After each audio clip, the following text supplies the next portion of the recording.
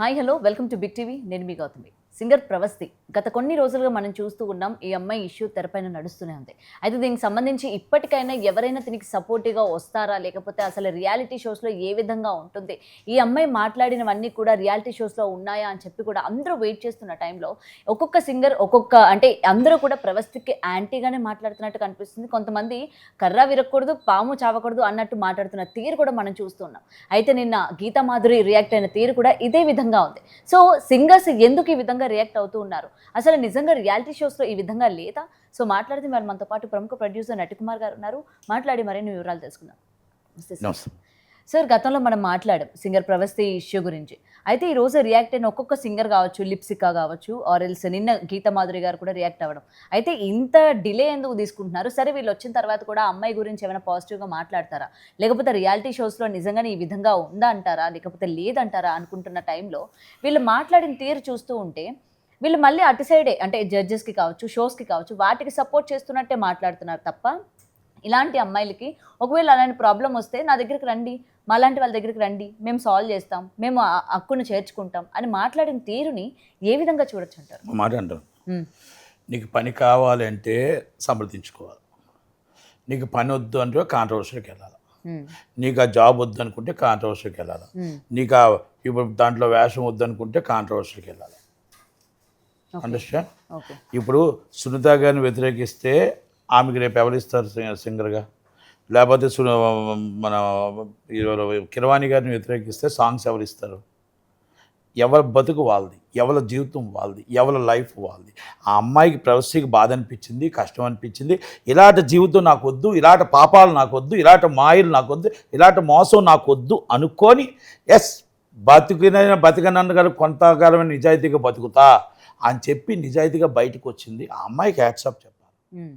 ఎవరి బతుకు వాళ్ళది, మా బతుకు మేము బతుకుతున్నాం, మా బతుక్కి మేము నీళ్ళు వేసుకోలేము కదా అని చెప్పి వాళ్ళు చెప్పలేరు. వాళ్ళు చెప్పిన మరుక్షణం అక్కడ కట్.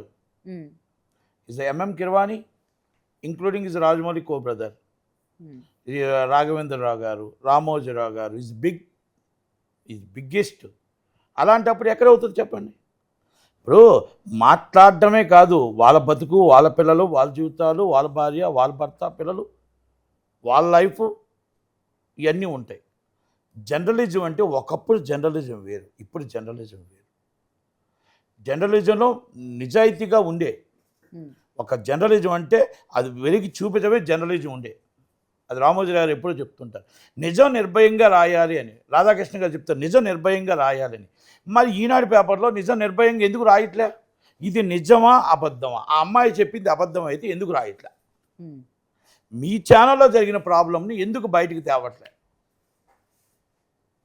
ఓకే, అది అంటే ఇవన్నీ నేను ఎందుకు అంటున్నానంటే, వాళ్ళన్నది నిజమా వీళ్ళన్నది అబద్ధమా అనేది కాదు, ఆ అమ్మాయికి బాధ అనిపించిందా లేదా, ఆ అమ్మాయి అంత సిగ్గి విడిచి ఇలాగ అంటున్నారు నన్ను అని చెప్పుకునే పరిస్థితికి వచ్చింది అంటే ఆడపిల్లను మనం గౌరవించాలా లేదా, ఆడపిల్లలకు మనం వాల్యూ ఇవ్వాలా లేదా, విలువ ఇవ్వాలా లేదా, ఈ సమాజంలో ఆడపిల్లలకు మనం విలువ ఇద్దామా ఇవ్వద్దా, గౌరవిద్దామా ఇవ్వద్దా? సునీత గారు కూడా ఒకప్పుడు అలాగే వచ్చారు. ఆమె టాప్ లెవెల్లో ఆమె కూడా అలాగే వచ్చారు. ఓకే, ఈరోజు హస్బెండ్ ఈజ్ బిగ్, వేల కోట్లకు అధిపతి, హస్బెండ్ ఈజ్ వేల కోట్లకు అధిపతి. ఈరోజు సోషల్ మీడియా మొత్తం టోటల్గా ఎంటైర్ ఇండియా ఆల్ లాంగ్వేజెస్ అని శాసించే స్థాయిలో వాళ్ళు ఉన్నారు. కాబట్టి ఆ అమ్మాయి సోషల్ మీడియాలో ఇష్టం వచ్చేట్టు ట్రై చేయొచ్చు, కానీ ఆమె ఆడపిల్ల అనేది మర్చిపోకండి. ఆమె ఆడపిల్ల అనేది మర్చిపోకండి, మీరు ఆడపిల్ల అనేది మర్చిపోకండి. నేను కిరవాణి గారు కూడా నేను ఓకే, మరి ఆయన ఇంకొక ఆయన ఏదో ఆయన కోసం మాట్లాడాడు, కానీ నేను ఆ డిస్కషన్లోకి వెళ్ళను. కానీ కిరవాణి గారు అయినా ఎవరైనా, రామోజీ గారి ఛానల్ అయినా ఇంకోటైనా మనం స్పందించాలి, నిజాయితీ కోసం స్పందించండి. ఆ అమ్మాయి మాట అబద్ధం అనుకోండి, ఎస్ రియాక్ట్ అవ్వండి. గీతా మాధురి గారైనా ఇంకొకరైనా ఎవరు ఎందుకు దీంట్లో ఏలు పెట్టలేరంటే, ఆమె ఆ అమ్మాయికి సపోర్ట్ చేసిన మరుక్షణం అక్కడ ఆటోమేటిక్గా ఇండస్ట్రీలో కట్ అయిపోతారు. ఓకే, ఆఫర్స్ నుంచి కూడా అన్నీ ఆల్మోస్ట్ ఇస్ కట్. ఎందుకంటే ఈ ఇండస్ట్రీ అనేది అలా నడుస్తుంది.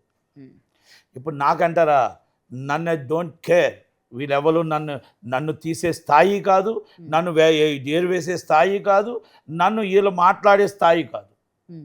ఎందుకంటే నాకు నేను బతుకుతా, నాకు నిజం అనిపిస్తే చెప్తా, నాకు అది తప్పు అనిపిస్తే నేనే క్షమించమని అడుగుతా. 100% ఆడవాళ్ళ వైపు నేను ఉంటా, నిజాయితీ వైపు ఉంటా, నీతి వైపు ఉంటా. ఆ అమ్మాయి నాకు ఏంటో నాకు తెలియదు, ఆ అమ్మాయి ఎవరో నాకు తెలియదు, పరిచయం లేదు. ఆ అమ్మాయి దాంట్లో మాటల్లో నిజం ఉందనేది మాత్రం వాస్తవం. అది నాకు అనిపించింది కాబట్టి నేను చెప్తున్నాను. ఎందుకంటే ఇప్పుడు నాకు ఎవరైనా రియాక్ట్ అయితే దానికి తగ్గట్టు సమాధానం చెప్పేది దాన్ని నాకు అంత ధైర్యం ఉంది, దమ్ము ఉంది. కానీ నేనేమంటున్నానంటే నిజాయితీని, అమ్మాయిని, ఆడపిల్లని మనం ట్రోల్ చేయడం తప్పు అంట. మీరు ఖండించాలి. మీ ఇంటర్నల్ గొడవ కదా, మీ ఇంటర్నల్ ఖండించడం ఏంటి? సోషల్ మీడియాలో ట్రోల్ చేయడం ఏంటి? అమ్మాయిని బెదిరించడం ఒక ఏంటి? సింగర్ మాట్లాడితే ఓకే ఆఫర్స్ రావు అనుకోవచ్చు, బట్ సింగర్స్ అందరూ ఏకమై మాట్లాడితే చేయరు. ఏ ఇంటికి ఆ గొడవ, ఏ గోల ఆ గోలే. ఇప్పుడు సింగర్స్ అందరూ ఏకమయ్యే రోజు రాదు. సింగర్స్ అందరూ ఏకమయ్యి ఒక్క తాటి మీద నించుంటాం అనేది రాదు, ఎప్పుడూ రాదు. అది సినిమా హీరోలు అందరూ ఏకతాటి మీద రారు, సినిమా నిర్మాతలు అందరూ ఏకతాటి మీద రారు, అలాగే జర్నలిజం అనేది ఏకతాటి మీద రారు.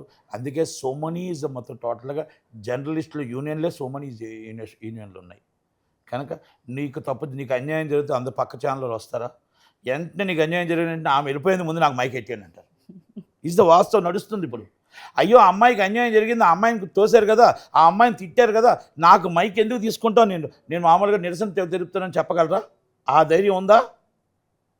ఒకప్పుడు ఉండి, ఇప్పుడు నిన్ను తోసేసి నిన్ను అడ్డమని తిట్లు అసభ్యకరంగా తిట్టినా కూడా సార్ ఆమె తిట్టారు, నేను కరెక్ట్గా ఉన్నాను, నాకు ఎట్టండి మైక్ అంటారు. ఆ పరిస్థితి ఉన్నంతవరకు మన ఇండియాలో, ప్రపంచంలో ఎక్కడ బాగుపడదు. జర్నలిజం అనేది ఒక పెన్నుతో ఎన్నో గవర్నమెంట్లు లేచిపోయాయి. ఆ జర్నలిజం అలా ప్రశ్నించే జర్నలిజం రావాలి, నిజాయితీకి నిలబడే జర్నలిజం రావాలి, నిజాయితీతో మాట్లాడే వ్యక్తులు రావాలి. ఆ అమ్మాయిది మంచి జరిగిందా, చెడు జరిగిందా, లేకపోతే అమ్మాయి అబద్ధం ఆడుతుందా అనేది పక్కన పెడదాం. ఆ అమ్మాయి అబద్ధం, ఆ అమ్మాయి చేస్తున్నావు తప్పులు, లేకపోతే అమ్మాయిని ఎవరు అనట్లే. అమ్మా నేను చిన్నప్పటి నుంచి నేను పోషించే తల్లి ఆ మాట అనకూడదా అని ఒక మాట అంటారు. అదే ఇవాళ జ్ఞాపిక ప్రొడక్షన్స్ నవీన గారు కూడా ఇదే విధంగా మాట్లాడారు కదా, మరి మా ప్రొడక్షన్ నుంచి కూడా ఎటువంటి తప్పు ఏది కూడా జరగదు, మేము కూడా అన్నిట్లో కూడా కరెక్ట్గా ఉంటామని చెప్పి. అదే నేను అంటున్నా. ఇప్పుడు ఆ అమ్మాయి తప్పు అనుకోండి, ఎస్ ఇమీడియట్లీ మీరు లెటర్ పెట్టండి, అమ్మాయి తప్పు, అమ్మాయి చేసింది, లేకపోతే అమ్మాయి ఇలా చేయడం తప్పు అని చెప్పండి. ఏదో చిన్నప్పటి నుంచి దాంట్లోనే ఉన్నట్టుంది అమ్మాయి యాక్చువల్గా ప్రోగ్రామింగ్లో. కనుక నేనేమంటున్నానంటే ఏది జరిగినా ఏం జరిగినా ఆ అమ్మాయికి ఎంత వెక్స్ అయితే, ఆమె ప్రాణానికి ప్రాణం, చిన్నప్పటి నుంచి ప్రాణానికి ప్రాణం, సింగర్ను కూడా వదులుకొని వెక్స్ అయితే ఎంత వెక్స్ అయితే వచ్చింది అనేది మనం ఆలోచించుకోవాలి. ఒక్కసారి వన్ సైడ్ ఆలోచించండి, మనం ఆ అమ్మాయి సైడ్ ఆలోచించండి. వీళ్ళందరూ 1000 కోట్లు సంపాదించారు. ఈరోజు సునీత గారి టాప్ 1. ఈరోజు ప్రపంచంలో ఆమెకి ఏం కావాలంటే అది వస్తుంది. ఈరోజు ప్రపంచంలో కిరవాణి గారు ఏం కావాలంటే అది వస్తుంది. వాళ్ళిద్దరిని ఎదిరించడం అంటే సామాన్య విషయం కాదు. ఒక సామాన్యురాలు ఎదిరించిందంటే ఎంత దాకా ఎదిరించిందంటే అందాకా ఆమె దానికి యాక్సెప్ట్ చెప్పాలి, ఆమె ధైర్యానికి యాక్సెప్ట్ చెప్పాలి. ఆమె జీవితమే పనంగా పెట్టింది, ఆమె లైఫ్ పనంగా పెట్టింది. ఆమె సాంగ్స్ పాడవలసిన సాంగ్స్ని కూడా వద్దు, ఈ జీవితం నాకు వద్దు, ఇలాంటి ఎక్స్పోజింగ్ జీవితాలు నాకు వద్దు, ఇలాంటి అంటే ఏమంటారు అది కవ్వించే జీవితాలు అవి నాకు వద్దు అనుకొని ఆ అమ్మాయి బయటకు వచ్చింది. అమ్మాయి దాంట్లో నిజం లేదని అనుకోవాలి. ఆ అమ్మాయికి సపోర్ట్ చేయండి, ఆ అమ్మాయి కోసం నిలబడండి. సునీత గారి కోసం 1000 మంది, కోట్ల మంది నించుంటున్నారే.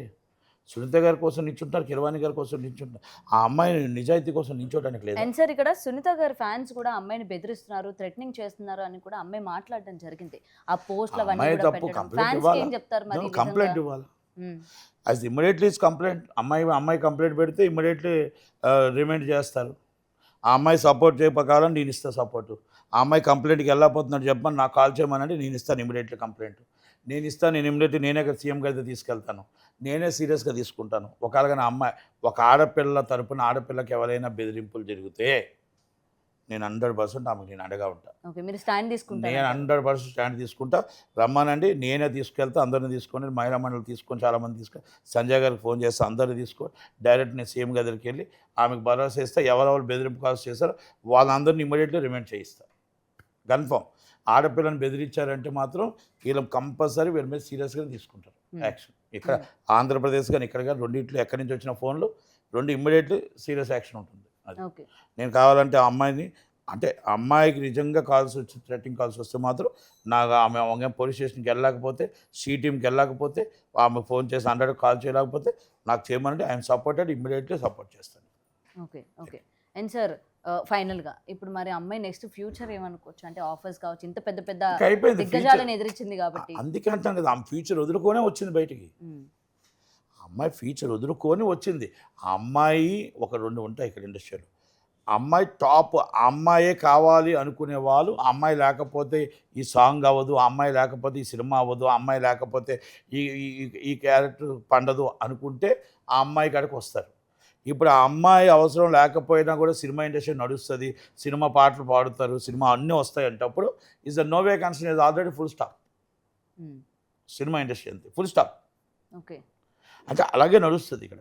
కాంట్రవర్సీలకు చోటు ఉండదు, నిజాయితీకి చోటు ఉండదు, మాట్లాడకూడదు. ఏమి జరిగినా బాంఛాన్ని కాలుముక్త అని ఉండాలి. ఏమి జరిగినా బాంఛాన్ని కాలుముక్త, దండాలయ్యా అంటే మనకి పని దొరుకుతుంది. ఎదురు తిరిగితే ఆకలితో అలమటించిపోవడమే. ఇది నడుస్తుంది సినిమా ఇండస్ట్రీలో, ఇది వాస్తవం. వాస్తవం. దానికి ఎవరైనా సరే నా డిబేట్కి వస్తానంటే నేను కోకోకోలాలో వివరిస్తాను. ఎవరైనా దమ్ము ఉంటే ఇది తప్పు అని డిబేట్కి వస్తానంటే ఆ డిబేట్లో నేను ఒక 100 దాన్ని ఆన్సర్ చూపిస్తాను. ఎంతమంది ఎలా బయట ఉంచారో మీరు అందరూ చాలామందిని, ఎంతమందిని తొక్కేశారో దాన్ని కూడా నేను చూపిస్తాను. Thank you very much. For more videos like this, subscribe Big TV channel.